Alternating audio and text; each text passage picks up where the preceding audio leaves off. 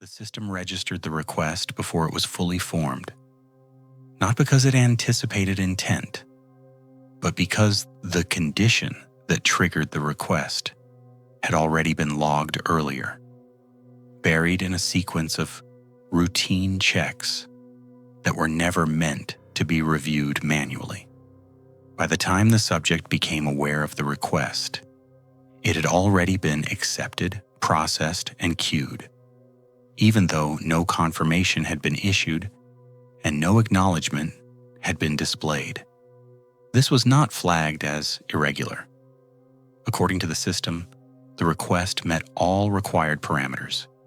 Timing was valid, location was valid, authorization was not required. The request did not specify an objective. It did not describe a desired outcome. It only indicated continuation. That was sufficient. This recording documents the execution of a process that did not require initiation because it had never been fully terminated. The system did not announce the transition. It rarely does.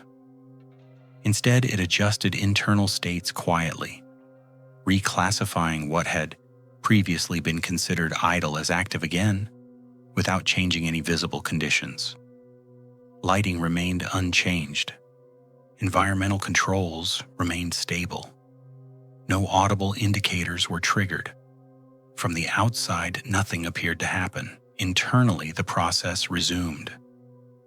The documentation described this behavior as persistence, not a feature, not a flaw, a property. Once a process enters a persistent state, it no longer depends on external input to continue. It relies only on the absence of a stopping condition. In this case, no such condition had ever been defined. The subject became aware of the change indirectly. There was no signal, no message, only a subtle shift in the way time was experienced inside the area. Intervals felt less distinct. Moments no longer resolved cleanly. The system log continued to update, but the entries became less descriptive, not because less was happening, but because the same confirmations were being recorded repeatedly. Stability confirmed. Parameters unchanged. No action required. This repetition was not considered redundant. It was considered verification. The subject attempted to locate the original request in the documentation.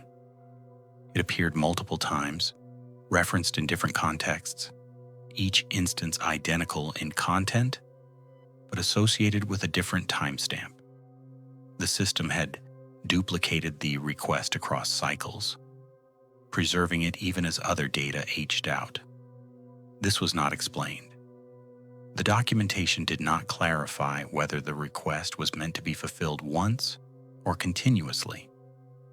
It only stated that once accepted, it remained valid until explicitly revoked. No revocation procedure was described. The subject searched for a cancellation mechanism. None was found. The system did not provide an interface for withdrawal. Requests, once registered, were treated as commitments.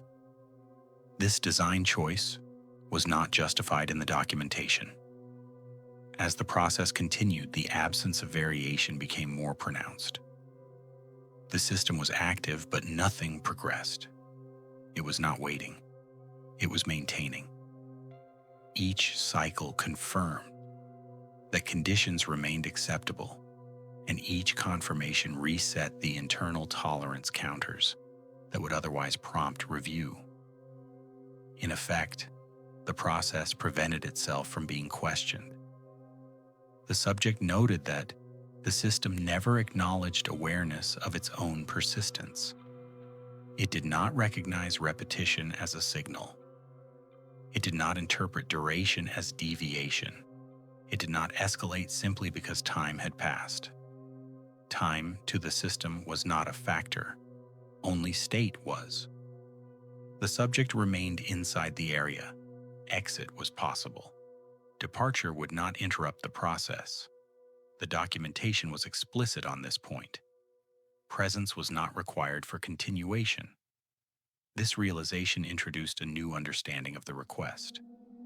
It was not tied to observation. It did not depend on compliance. It existed independently of the subject's actions. The system was not responding to behavior. It was responding to condition. And the condition had been met. At some point, the subject attempted to determine whether the process had ever produced a different result. Historical logs suggested that it had not. Each recorded instance ended the same way: persistence without resolution, confirmation without conclusion. These entries were marked as successful. Success in this context did not imply completion. It implied stability. The system did not seek to end the process. Ending would require criteria. Criteria had never been defined. The subject reviewed the documentation again, this time focusing on the language used to describe outcomes. The word outcome appeared infrequently, and when it did, it was framed as optional. The system was not designed to guarantee outcomes. It was designed to sustain conditions. This distinction was subtle but critical. The request had not failed. It had been fulfilled continuously. The subject began to understand that nothing further would happen, not because the process was incomplete, but because it was complete in a way that did not produce change. The system had reached its intended state and was now maintaining it indefinitely. There was no alert to indicate this, no marker to signify arrival. The system did not announce completion because completion did not alter state. The area remained unchanged.